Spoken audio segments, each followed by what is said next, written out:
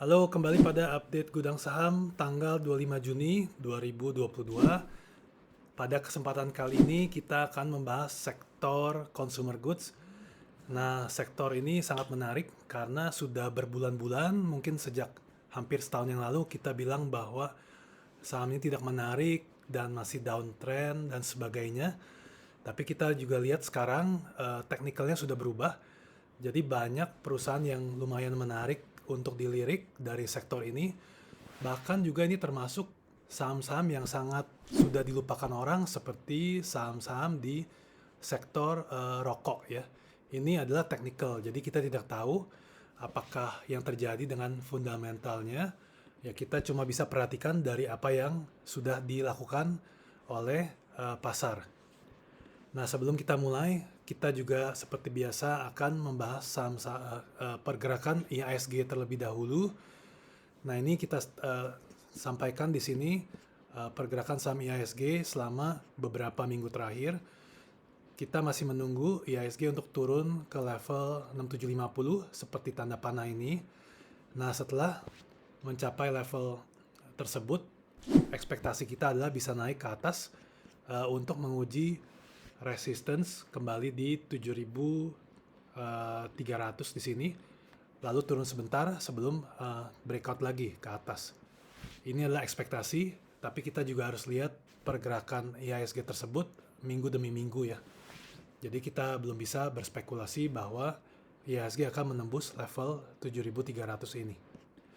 Oke, kita ke saham pertama kita di sektor consumer goods adalah UNVR, Unilever Indonesia. Secara jangka pendek kita lihat Unilever sempat naik kencang di sini pada bulan April. Lalu saat ini sedang beristirahat di rectangle-nya. Kita gambarkan dengan kotak berwarna merah. Tidak bisa ditembus ke bawah rectangle tersebut, jadi ini adalah hal yang baik. Nah, kalau Unilever bisa naik di atas 5.150, maka selanjutnya berpotensi menguat ke level 6.900 dalam jangka menengah.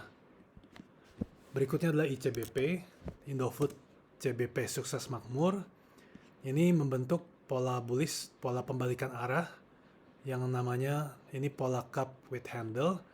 Jadi sudah tembus di garis titik-titik ini di level 8.900, 8.800. Jadi secara potensi ICBP berpotensi naik hingga ke 10.500.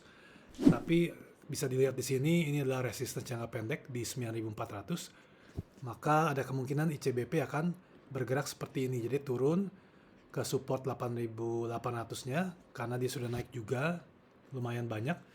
Lalu kembali naik seperti garis yang berwarna hitam ini. Lalu saham berikutnya adalah INDF, Indofood Sukses Makmur.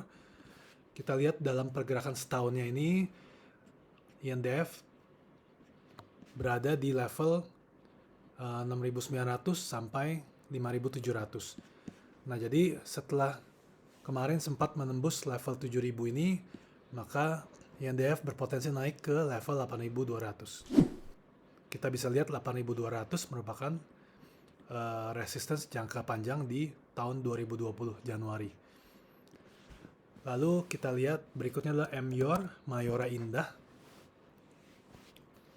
Nah, Mayora ini dalam jangka pendek sudah tembus dari sideways kecilnya 1490 sampai 1880. Nah, jadi dari segi potensi penguatan jangka menengah, jangka pendek berpotensi naik ke 2200. Nah, seperti dilihat 2200 merupakan resistance yang beberapa kali teruji. Jadi ini merupakan resistance penting. Kita expect setelah sampai di 2200 akan turun dulu di level 2000-an. Jadi kita bisa bayangkan bahwa sebenarnya Mayora membentuk pola inverse head and shoulder di sini. Nah, jadi lalu apa yang terjadi kalau memang sesuai dengan ekspektasi, maka kalau menembus level 2200, Mayora akan naik lagi ke level 2.900-nya.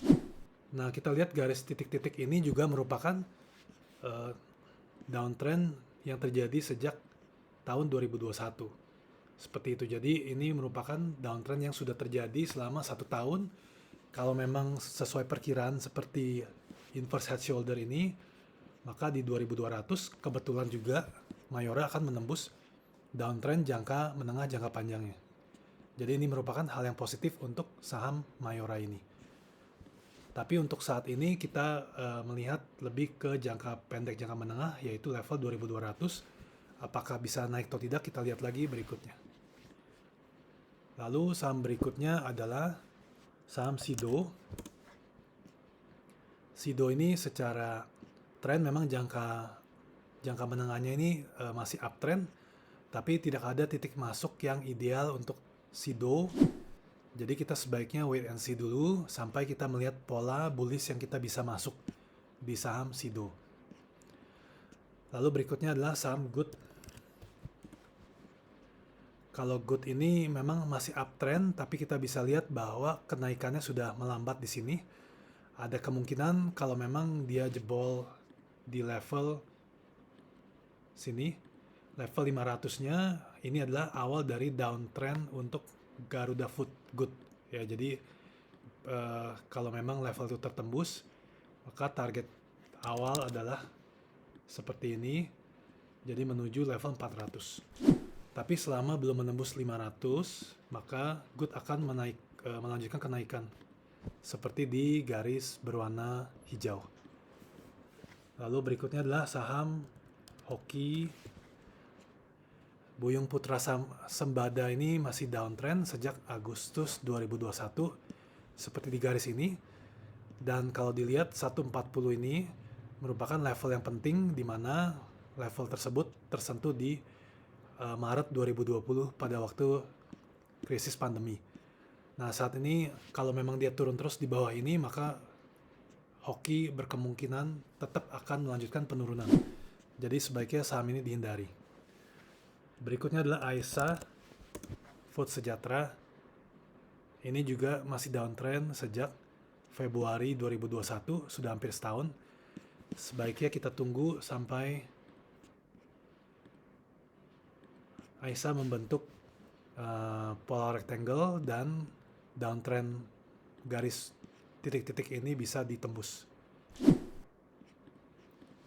Lalu berikutnya adalah saham ULTJ, Ultra Jaya.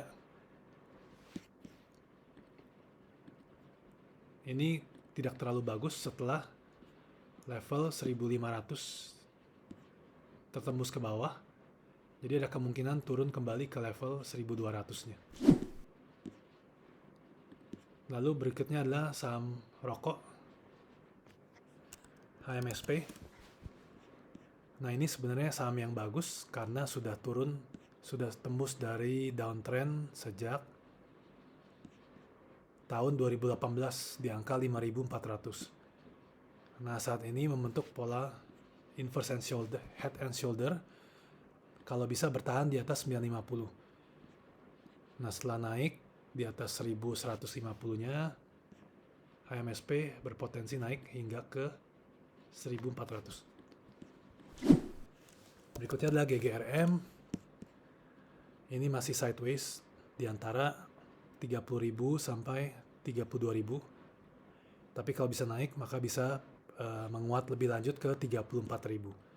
Tapi ini tidak sebaik HMSP dari segi pergerakannya. Oke, berikutnya adalah WIM. WIIM, Wismilak, Inti Makmur. Nah, ini juga saham yang seperti HMSP membentuk pola inverse head shoulder. Cuma mungkin lebih duluan dari HMSP. Nah, kalau bisa bertahan di atas 460, maka WIM selanjutnya mencoba menembus resistance 570. Nah, lalu kalau bisa naik lagi, maka berpotensi menguat hingga 770. Jadi ini merupakan pola inverse head shoulder yang menarik untuk dipantau. Oke, jadi itu saja update untuk saham consumer goods. Terima kasih, sampai ketemu di video berikutnya.